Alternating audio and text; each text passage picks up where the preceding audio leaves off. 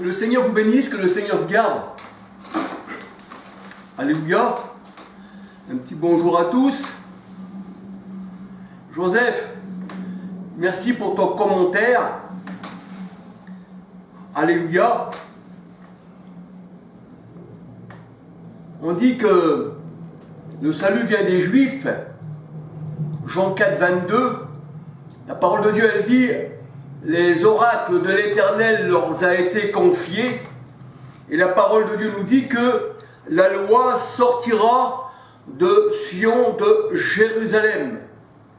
Et on voit que les disciples, eh bien, sous la parole du Christ, qui leur disait de ne pas s'éloigner de Jérusalem, c'est là qu'ils allaient recevoir l'Esprit Saint. Alléluia. Bien sûr, là nous parlons de la Jérusalem d'en haut, qui est l'épouse du Christ. On ne peut pas voir l'Esprit Saint à la Jérusalem terrestre, qui représente l'Égypte, qui représente la chair, qui représente les enfants contre Dieu, les enfants des ténèbres. Donc, il est vrai aussi que la parole de Dieu nous dit que nous sommes greffés sur l'olivier naturel d'Israël. Nous sommes greffés sur l'olivier naturel d'Israël.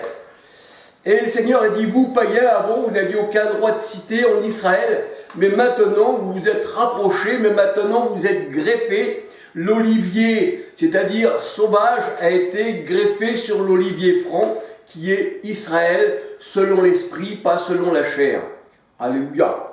Donc, je ne suis pas catholique, qui, le mot catholique, bien sûr, veut dire universel, et nous savons que le monde entier, il est sous la puissance du malin, et c'est de Rome, et aussi de Jérusalem terrestre, qui représente la prostituée et les prostituées, et bien que sont sorties les religions.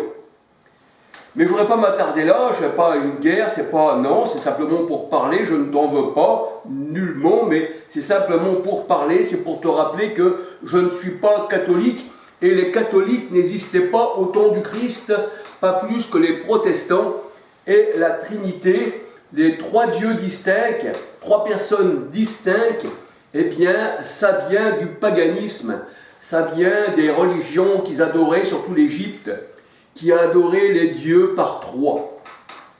Et nous voyons que la Bible elle dit, Jacques 2,19, il n'y a qu'un seul Dieu, et que Dieu est esprit, Jean 4, 23, 24, et que nous sommes tous abreuvés d'un seul esprit, et nous savons qu'il demeure en nous, non pas par trois esprits distincts, mais par un seul esprit, 1 Jean 4, 13, et nous sommes baptisés d'un seul esprit.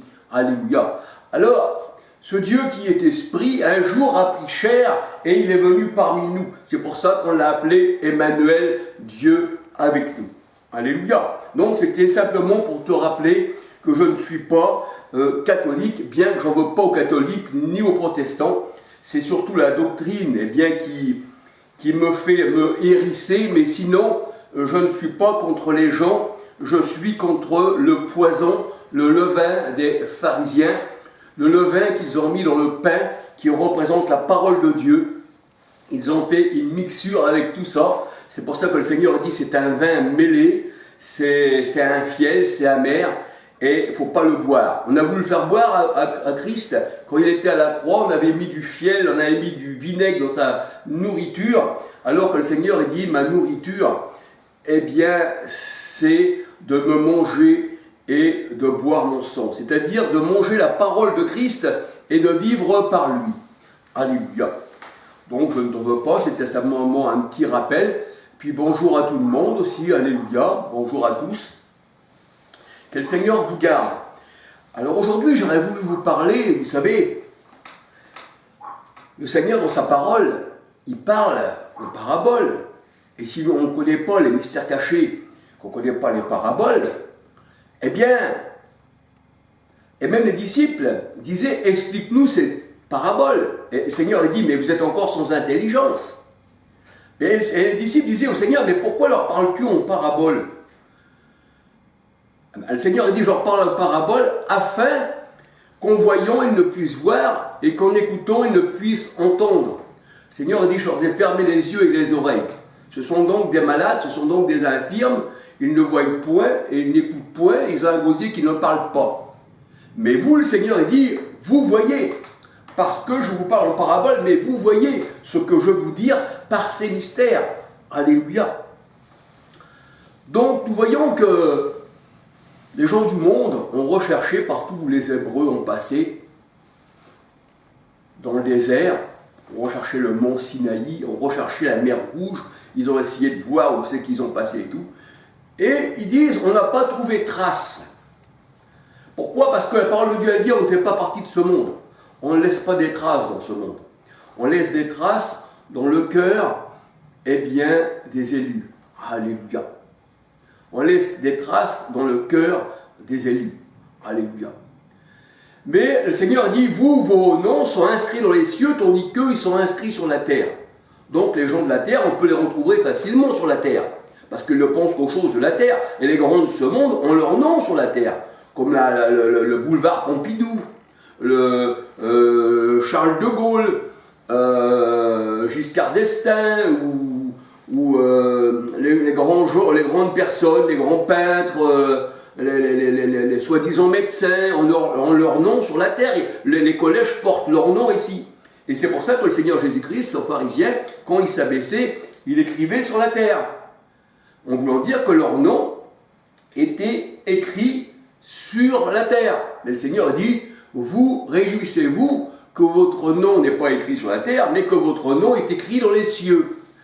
Alors, on ne laisse aucune trace sur cette terre, parce que ce monde-là ne nous appartient pas. C'est ce que dit le Seigneur. Le Seigneur dit, je vous ai pris du milieu du monde, je vous ai arraché du monde, et je vous ai mis dans les lieux élevés. Alléluia. Donc on peut voir que dans ce monde-là, eh bien, on n'appartient pas au monde. Et si on plaisait encore au monde, la parole de Dieu a dit, on déplairait à Dieu. Alléluia. Donc on ne fait pas partie du monde. On n'est que passager. Alléluia. C'est ce que disait aussi Abraham. Il disait qu'il n'était que pèlerin. Il était parti dans cette terre promise, qui n'était pas vraiment promise, parce que c'était comme une terre étrangère pour lui. Hébreux 11, verset 9-10, c'était une terre étrangère. Pourquoi? Parce que c'était la chair. Galates 4, 21 à 31, c'était les fils de Cham.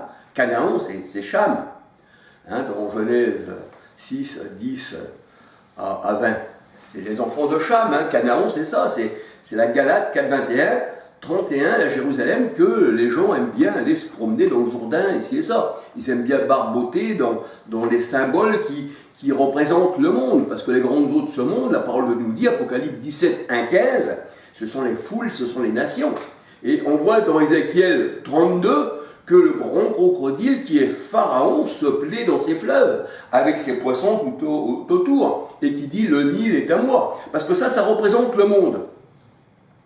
Alors, bien sûr, Pharaon, au sens parlé, ce n'est pas un crocodile, mais c'est un monstre. Parce que le Seigneur, il appelle les rois les monstres. Il appelle la mer un monstre. Dans Job 7, 12, il dit « suis-je un monstre ?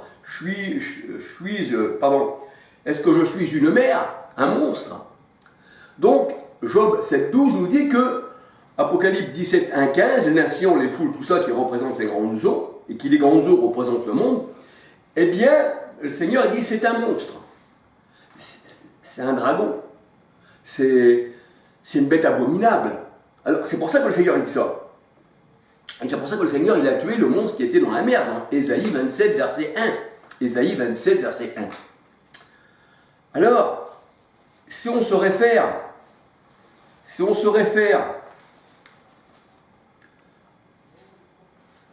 à la parole de Dieu, qui est spirituelle, mais si on est un homme charnel, eh bien, on verra les choses charnelles. On n'aura pas l'œil éclairé, on n'aura pas la lumière de Christ qui va nous éclairer sur ses enseignements et sur ses paraboles. Alors, c'est pour ça que je vous pose la question. Le ciel est-il un endroit réel pour les véritables enfants de Dieu? Le ciel est-il un endroit réel pour les enfants de Dieu? Alors, je vous pose la question, bien sûr. Je Je pourrais vous donner aussi les versets, mais je vous pose simplement la question. Et les étoiles du ciel sont-elles vraiment des étoiles? Sont-elles vraiment réellement des étoiles? Ah, c'est pareil. Quand le Seigneur il parle spirituellement. Et la mer, les eaux, qu'est-ce que ça représente? La mer, les eaux, qu'est-ce que ça représente? Je vous pose la question. Il y a l'or aussi. Le Seigneur, il parle de l'or. Et de l'argent. Qu'est-ce que ça représente pour l'Éternel? L'or et l'argent. L'or et l'argent, qu'est-ce que ça représente pour l'Éternel? L'or et l'argent. La parole de Dieu, elle dit que Jésus est une porte. Jésus, il est la porte. Il est aussi le chemin. Est-il réellement une porte qu'on ouvre? Un chemin sur lequel on marche? Jésus est l'agneau. Est-il vraiment un agneau qu'on trouve dans un pré? Le Seigneur Jésus-Christ nous dit qu'il faut manger sa chair et boire son sang. Est-ce que nous sommes cannibales? Est-ce que nous sommes cannibales? Que représentent les vases dans la parole de Dieu?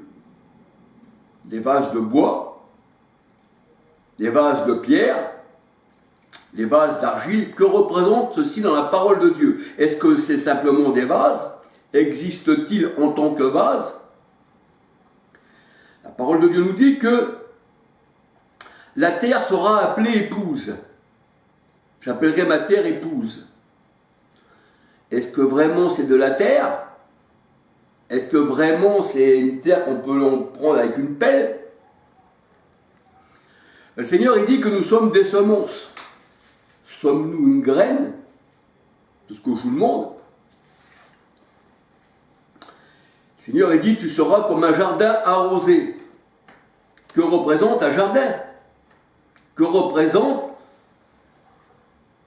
l'eau qui nous arrose? C'est-il de l'eau du robinet? Alors il y a la fontaine de vie et la fontaine de la mort. Mais quelle fontaine? La fontaine que l'on trouve dans nos rues, qui serait empoisonnée par quelques déchets qui auraient pollué l'eau. Est-ce que c'est ça que le Seigneur parle? Et dans la parole de Dieu, il y a aussi les montagnes. Montagnes de destruction. Et même le Seigneur a dit, qui es-tu, toi, grande montagne? Et si tu aurais la foi, et comme un grain de sénévé, tu déplacerais les montagnes. Mais quelles montagnes? Les montagnes, les collines, ou alors le mont Everest, je ne sais pas. Ou le Mont Blanc. Est-ce que c'est ça que le Seigneur parle?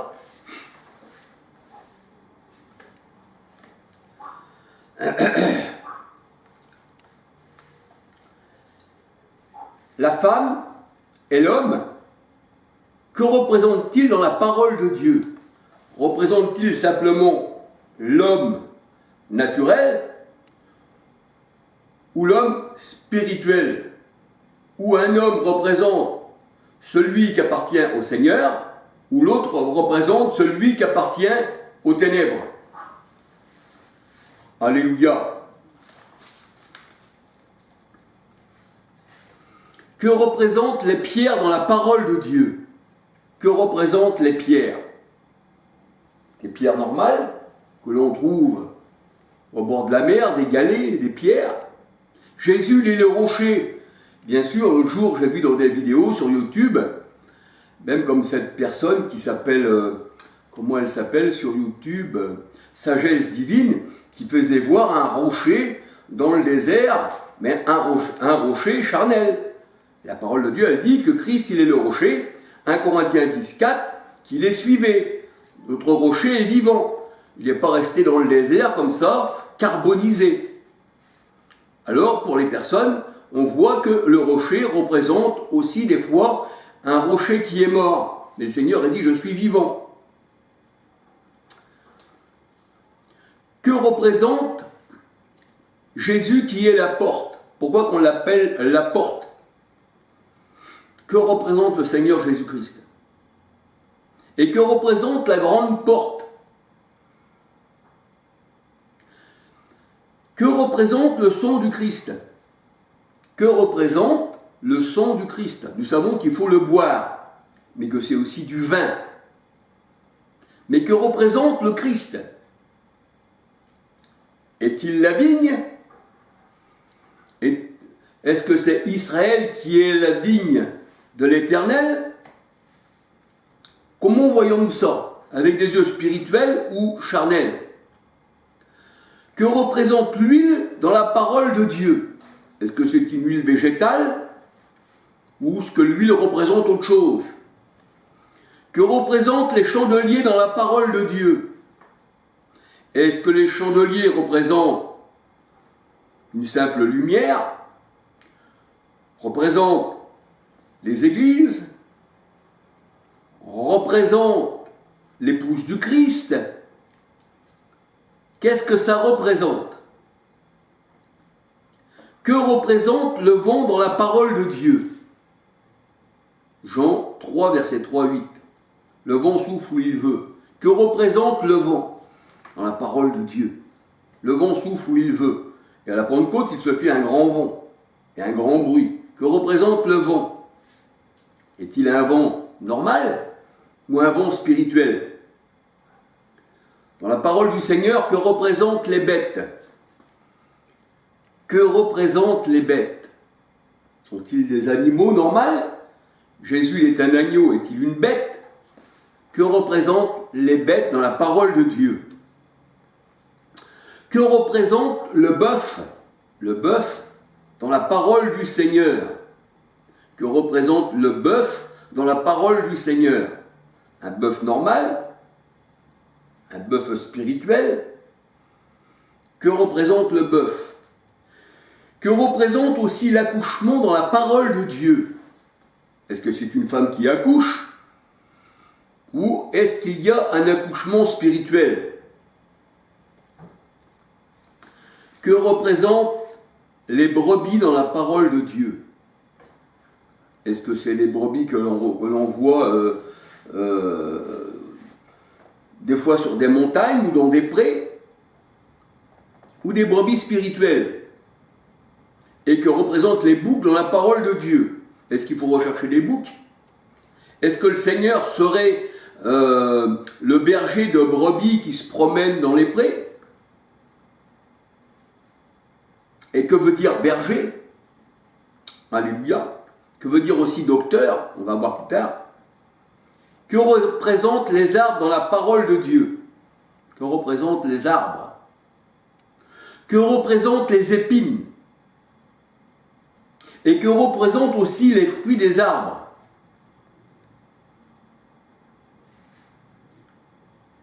Que représente la lumière? Que représente la lumière pour le Seigneur? Est-ce que c'est une lumière où on s'éclaire la nuit? Une lumière du soleil que nous voyons?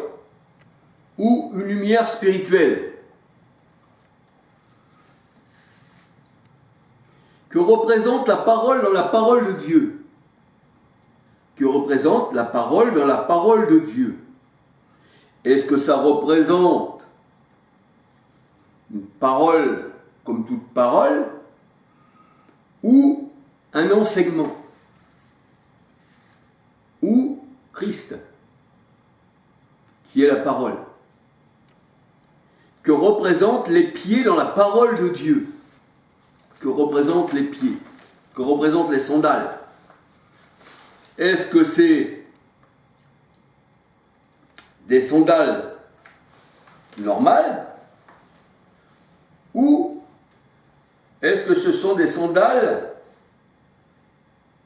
spirituelles qui nous font comprendre des choses spirituelles avec des pieds spirituels? Car une fois qu'on a les pieds lavés, nous sommes propres de fond en comble, nous dit la parole de Dieu. Et Christ, eh bien, avait lavé les pieds de ses disciples. Alors, que représentent les oiseaux dans la parole de Dieu? Que représentent les oiseaux dans la parole de Dieu, quand le Seigneur il nous dit que les oiseaux ni ne sèment, ni ne moissonnent. Et cependant, votre Père Céleste les nourrit. Là, nous voyons que le Seigneur il avait nourri pas mal de personnes avec des pains d'orge. Alors que représentent les oiseaux dans la parole de Dieu? Et nous savons que ces oiseaux-là ni ne sèment, ni ne moissonnent. Que représente aussi la mauvaise herbe dans la parole du Seigneur?